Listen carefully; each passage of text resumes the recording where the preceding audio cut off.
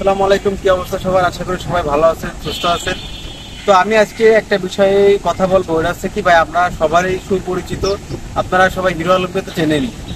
তো উনি একটা কথা বলেছেন, কথাটা হচ্ছে যে উনাকে নিয়ে যতদিন ট্রোল করা হবে, উনি একটা কথা বলেছি, উনাকে নিয়ে যতদিন ট্রোল করা হবে উনি ততদিন আমাদের এই অনলাইন জগতে থাকবে।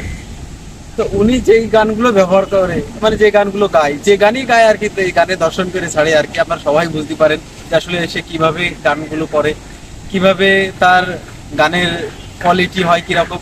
তো সে যে বোঝে যে আসলে আমারে এরকম ট্রল করবে এরা, আমারে ট্রল মানে আর কি, আপনারা বুঝতেই পারছেন যে ট্রল করা নিয়ে কি দেখি হচ্ছে বর্তমানে। তো সে এই দেখেন, এই ট্রল করা নিয়ে আমরা ট্রল করি, ট্রল করেও তো তাই উঠানো হয়েছে। তো সে তো একটা জিনিস খুবই মাথায় আছে তার, যে তার নিয়ে ট্রল করতেছেন আপনারা, সে তার বলে প্রফিট হচ্ছে, আপনাদের বলে কোনো যায় আসতেছে না। ট্রল বলো করলি তার আরো পরিচিতি বাড়তেছে। এ দেখেন, কিছুদিন আগেও বলো হিরো আলমকে কেউ চিনতো না, কিন্তু এখন বলে হিরো আলমকে সবাই চেনে। সে তার মানে এমন কোনো লোক নাই যে হিরো আলমকে চেনে না, আমার যা জানা মতে। তো একটা জিনিস সবাই দেখেন যে কোন জায়গার থেকে মানুষ কি হয়ে গেল। এই যে হিরো আলম, আসলে সে কিভাবে কথা বলে, কিভাবে করে, মানে কি দিয়ে কি করে, এ আসলে আমাদের ধারণার বাইরে।